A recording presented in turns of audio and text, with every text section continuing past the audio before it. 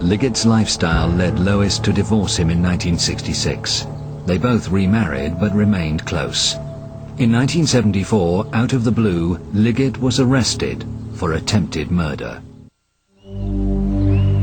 This Dallas home was the scene of a vicious crime. Dorothy Peck, a friend of John Liggett's, suffered horrendous injuries and was left for dead, but survived to identify Liggett as her assailant.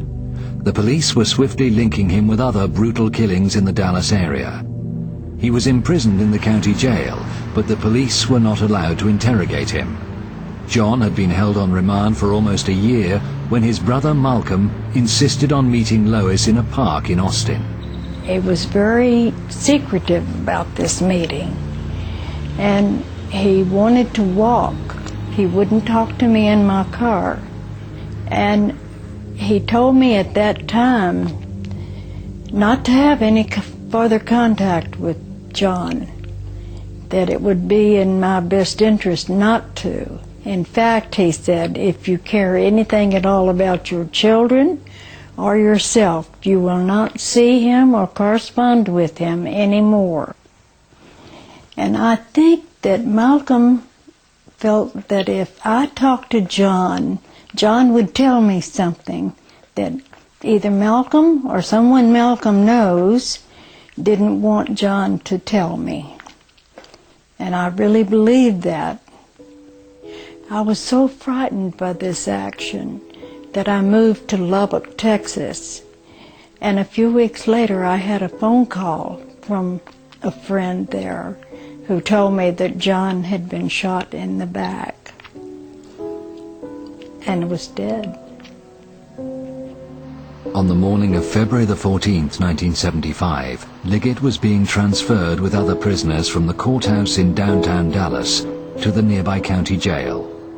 The police vehicle had entered the garage when Liggett, using a hidden key, slipped out of his handcuffs and made a bid for freedom. A single shot in the back, fired by a sheriff's deputy, killed him instantly. I feel like Malcolm knew that there was something that was going to happen. I feel that he knew more than he was saying to me. And it frightened me, for myself and for my children. But the mysteries do not end with Liggett's death. In 1992, Deborah, for the first time, met Leona, John's wife at the time he died. Although reluctant to talk, Leona recounted a visit to Restland to view Liggett's body prior to burial. She came out from East Texas to Dallas, and she was shocked and surprised because to her, this was not John. It wasn't John there.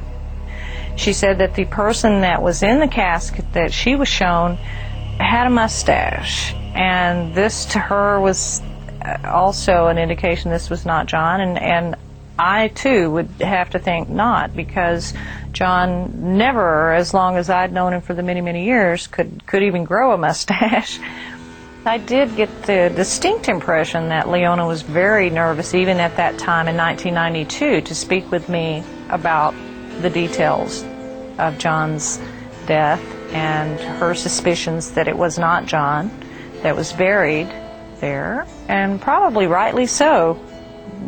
I think I would be very nervous to know that as well, and I think I am. John's brother Malcolm handled the funeral that took place 3 days after the shooting. John's former colleague Charles Smith was there. There's no doubt the person that we handled the funeral for, the person that we embalmed, the person that I helped dress and we put in the casket and handled the funeral service for, that was John Melvin Liggett. That was a John Liggett that we knew for several years prior to this incident happening. But the story does not end there. After his divorce from Lois, John worked in Las Vegas for 3 years as a dealer. He had close contacts there. Recently, Lois was on vacation in Vegas with her grandchildren when she had the most extraordinary experience. We were in a casino, and I saw someone that looked exactly like John Liggett. And he turned around and looked at me, and heard me call one of my grandchildren's names. And when I did, he looked at her, and he looked back toward one of the people that worked with him, turning his back to me, and said something to him about me because he pointed back of himself toward me. But we didn't stay around to find out if that was John or not. I was pretty shaken by it. I really felt like from the back of his head, and when he turned around and faced me, I thought it was John Liggett. So it wouldn't surprise me a bit in the world if he were in Vegas. In fact, that's the most logical place I can think of that he would be. Lois and Deborah's suspicions about John Liggett's ties to the assassination are reinforced by a photograph that has emerged in recent times. It was taken at Jack Ruby's Dallas nightclub, The Carousel, prior to the assassination and Ruby's shooting of Oswald. Obviously, one would recognize Jack Ruby. Immediately to his right is John Liggett's brother, Malcolm Liggett. His wife, Suzanne, the blonde, to his right. We met her several occasions that she was at our home. The last I recall seeing Malcolm Liggett was at my mother's residence in Dallas, and this was at the time that John was still in jail in Dallas. The woman with the dark hair and the black dress in the center of the photograph is Iris Campbell.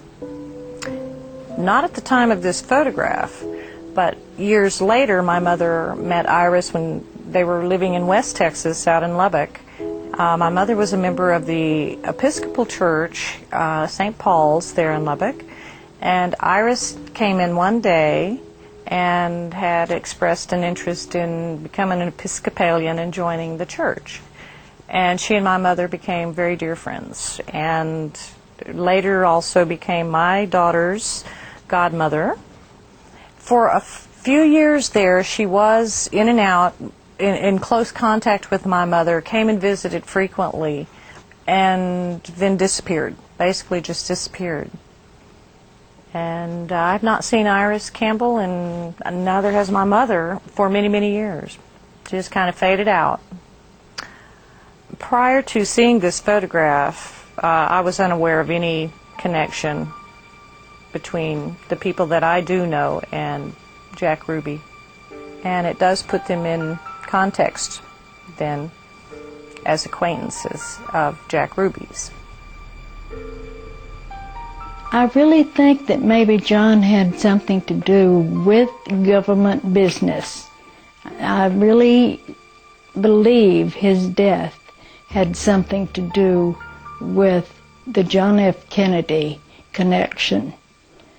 What exactly, I don't know, but I believe it. Much may still remain obscure, and many questions wait an answer. But as more and more courageous Americans speak out, the smoke begins to clear, revealing the hidden truth that lies behind the assassination of President John F. Kennedy.